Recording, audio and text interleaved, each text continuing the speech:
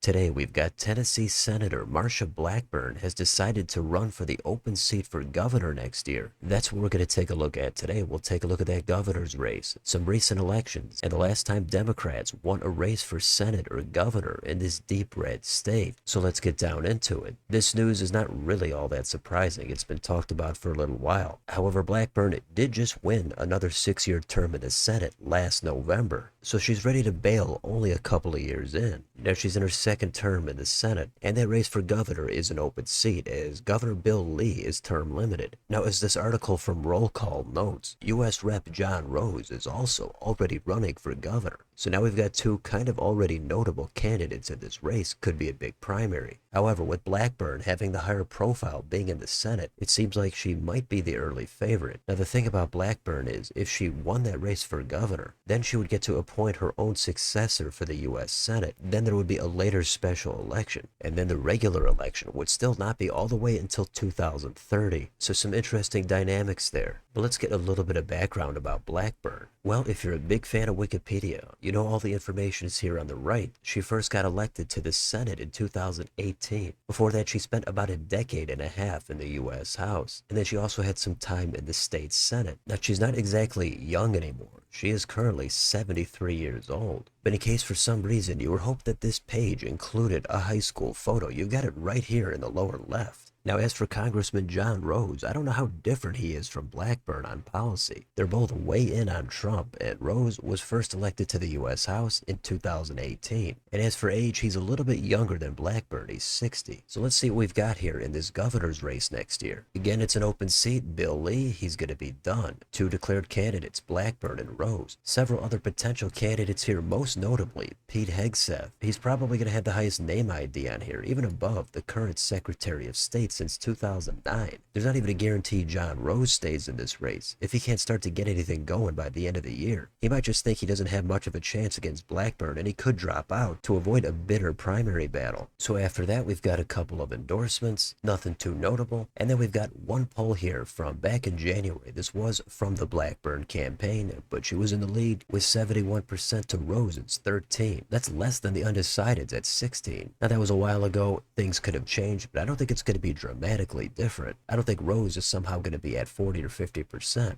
but we'll have to see what some upcoming polls might show. Anyway, this is just for the primary, but it is kind of a one-party state in the general election. The Dems have a declared candidate right now, Jerry Green. The higher profile candidate that could get in here would be Jim Cooper. But regardless of what the Dems do, it's overwhelmingly likely that the GOP is going to hold the seat. But given it's for governor, there's always a small chance something could come up and the out party could have some success. It's completely unlikely in this situation, but we'll see what happens. Now, for some more context about the politics of this state, let's take a look at the last Senate election back in November. Here we've got Marsha Blackburn at a big 63.8%, Gloria Johnson 34.2%, so just under 30 points. That really shows you how deep red this state is. Blackburn only lost 2 counties, and almost nobody really thought this seat was going to be competitive, let alone flip. Let's compare this to how Trump did for president. It's very similar here. Trump is at 64.2, Harris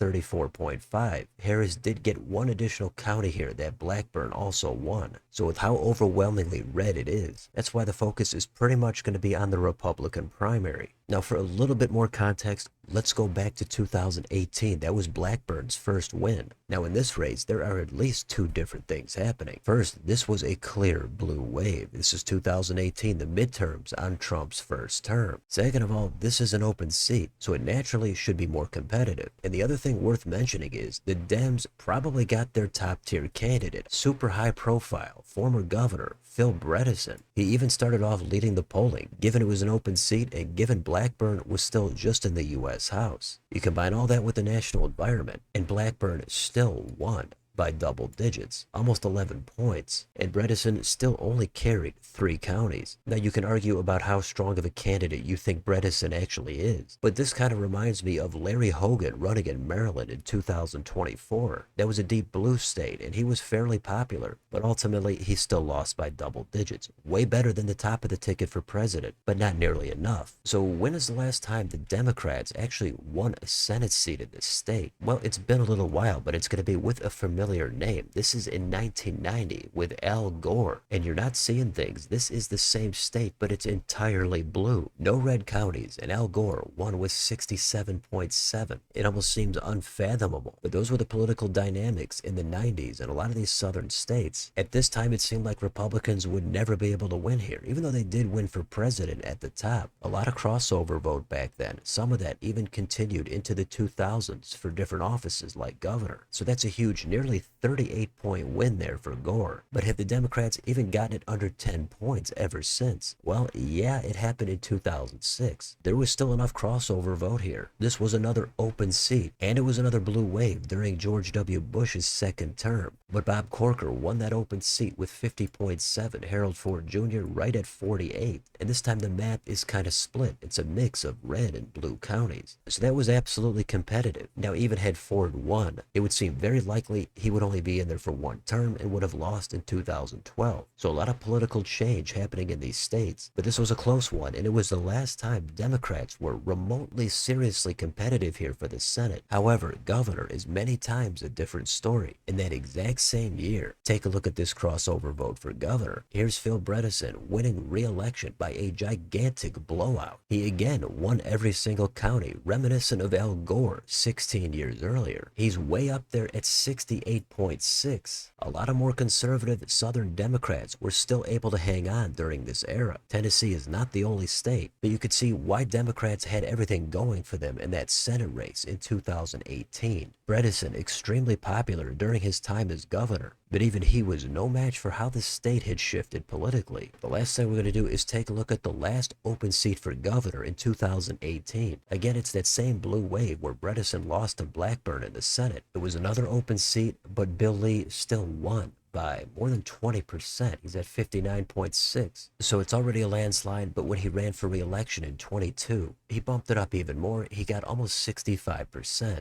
So it doesn't mean Democrats can't win a seat here for governor. It's happened in other southern states, Louisiana, Kentucky. But it's a massive uphill climb here, just like it is for Republican governors in blue states. It does happen, but everything has to line up. So there are some things changing here in Tennessee. The balance of power doesn't really seem to be affected, but you do have Blackburn already bowing out of her 6-year Senate term to run for governor. If she does, she would join the exclusive club of having won for the U.S. House, the U.S. Senate, and for governor. Then she would also appoint her own successor. Then there would be another special election. There'd be a lot of competition for that appointment in that special election. Could be Tim Burchett, could be Andy Ogles, could be anybody else. Maybe even by that time it's Pete Hegseth. But we also want to keep an eye on what the Dems are going to do and see if they're going to pretty much just write these seats off or if they're going to try to take them seriously. So that's what we've got here for Tennessee. Let me know in the comments. What do you think about the changes happening here? How about Marsha Blackburn? What do you think of her? Is she the clear favorite to win for governor? Who would she appoint to the Senate? What about John Rose? Is he going to make it competitive? And what chance do you think the Dems have at making any of this competitive? Let me know down below. On your way out, don't forget to like, share, and subscribe. Join if you'd like to support the channel. Thanks for watching. I'll see you next time.